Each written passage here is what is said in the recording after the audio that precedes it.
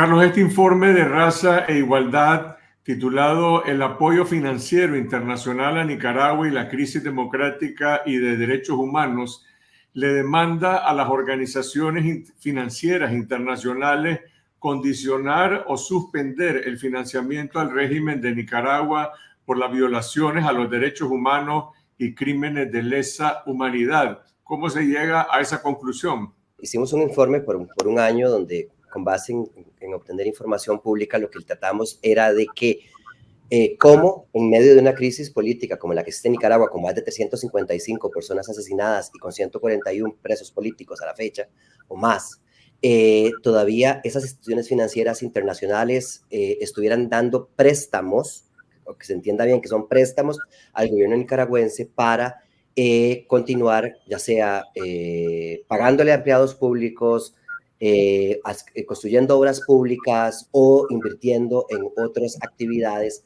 cuando ya ha sido reconocido por Naciones Unidas de que se han cometido crímenes de lesa humanidad.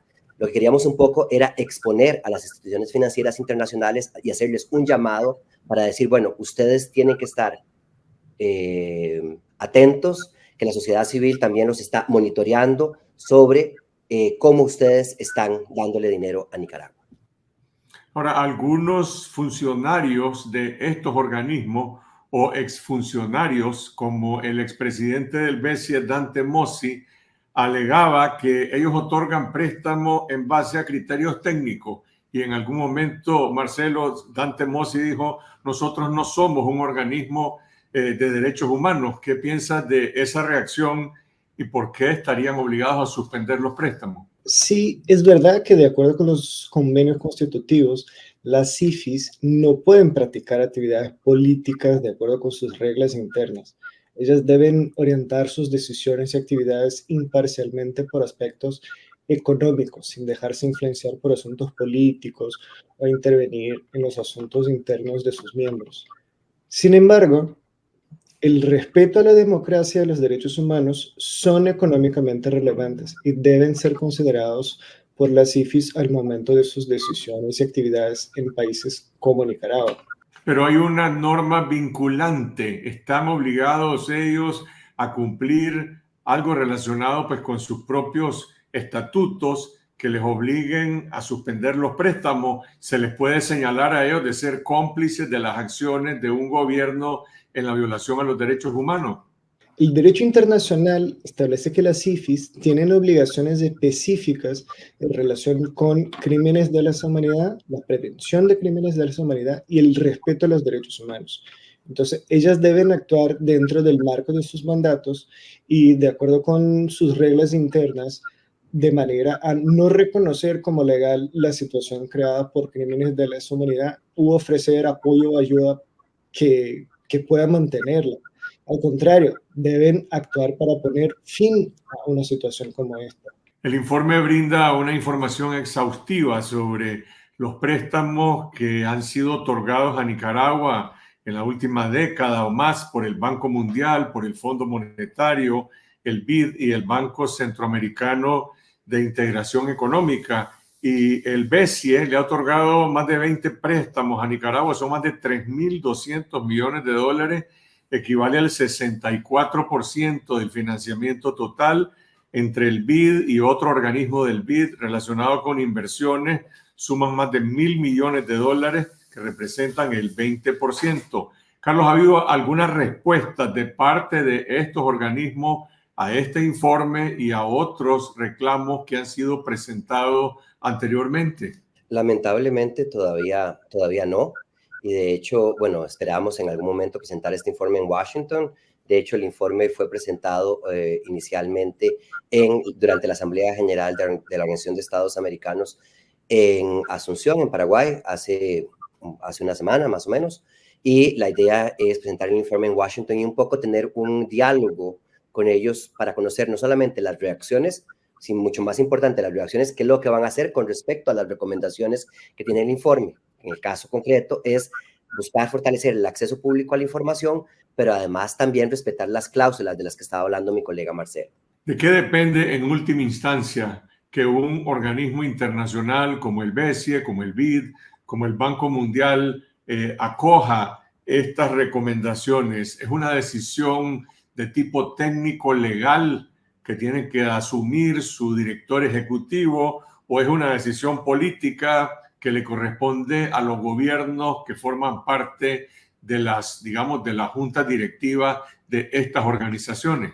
Esto es un tema netamente político. O sea, yo creo que tiene que ver con la voluntad política de quienes dirigen estas organizaciones financieras internacionales. Tenemos claros ejemplos, digamos, en el caso de África, por ejemplo, en Uganda, con todo el tema de una legislación contra la población LGBTI, o que va contra derechos de la población LGBTI. Ahí, por ejemplo, se pusieron condiciones para continuar con el financiamiento de parte de organismos financieros internacionales. Entonces, en el caso de Nicaragua es una decisión netamente política, es decir, de quienes forman parte de los consejos directivos de estos bancos. Pero existen precedentes de casos de países perpetradores de crímenes de lesa humanidad en que organismos financieros hayan acatado esta clase de demanda e impuesto algún cumplimiento. De esa manera específicamente no. Lo que usualmente pasa es que se realizan violaciones de derechos humanos vinculadas a determinados proyectos o un contexto específico, como mencionaba Carlos, sobre Uganda y las violaciones en contra de la población LGBTI. El estudio que realizaron ustedes, que hace esta descripción de todos los proyectos, analiza también cuál es el impacto social que estos proyectos tienen, si ha habido desviación para otros usos o incluso para actos de corrupción. Es interesante, por ejemplo, ver que mucho de este dinero va realmente o se gasta en empleados gubernamentales. O sea, mucho del dinero que se presta es para pagar salarios. O sea, se están pagando salarios de personas que son afines a la dictadura. Eso por un lado. Por otro lado, no hay realmente una posibilidad independiente de monitoreo para saber, en términos de los préstamos para obra pública, por ejemplo, o para otras inversiones, quiénes ganan las licitaciones, cuáles son los procedimientos para estas licitaciones y, por ejemplo, vincular a compañías que han ganado las licitaciones con el régimen, por ejemplo. O sea, no hay una política de fiscalización y monitoreo independiente, y eso es lo más preocupante. Complementando lo que decía Carlos, lo que nos llama la atención es la concentración de poder en Nicaragua, en el Ejecutivo y en la presidencia en especial. O sea, no hay independencia de los demás poderes que pueda ofrecer contrapesos, y hay una confusión entre el gobierno y el partido de turno. Ya no es posible identificar qué son acciones estatales y qué son acciones políticas de parte del partido. Y otro tema que nos llama la atención es que el espacio cívico nicaragüense está completamente cerrado por la persecución de las organizaciones de la sociedad civil, por la persecución de personas defensoras de derechos humanos, por periodistas, y es imposible para los ciudadanos solicitar información pública y auditar las políticas públicas gubernamentales sin ser perseguidos por el régimen. Y en ese sentido es que pensamos que las IFIs no pueden seguir tratando el régimen nicaragüense como trata los gobiernos democráticos. El grupo de expertos en derechos humanos de Naciones Unidas, en su último informe, hizo mucho énfasis en recomendaciones parecidas o similares a esta que ustedes están presentando, haciendo ahora, digamos, un informe de muchísimo alcance. ¿Qué relación tiene este estudio con las investigaciones en derechos humanos hechas por el grupo de expertos? Lo importante es que hemos ido como en creciendo, ¿no? O sea, las diferentes organizaciones que trabajamos derechos humanos en Nicaragua, estamos tratando no solamente de sistematizar las violaciones a los derechos humanos, a denunciar las violaciones a los derechos humanos y de ver casos particulares, por ejemplo, el caso de las personas presas por motivos políticos, sino que lo que nos llamó mucho la atención fue que un gobierno que ha cometido crímenes de lesa humanidad se le siguiera tratando como cualquier otro gobierno. Entonces dijimos, bueno, si como todas las dictaduras tienen que financiarse económicamente, tenemos que ver cuáles son las fuentes de financiamiento del Estado nicaragüense. Fuentes que van desde la inversión extranjera los préstamos de parte de las instituciones financieras internacionales y de las remesas. Y nos decidimos concentrar, en este caso, en las fuentes de las instituciones financieras internacionales. Pero, por ejemplo, para darle también un ejemplo, el caso de la inversión extranjera en Nicaragua el año pasado fue alrededor de casi un 10% del Producto Interno Bruto.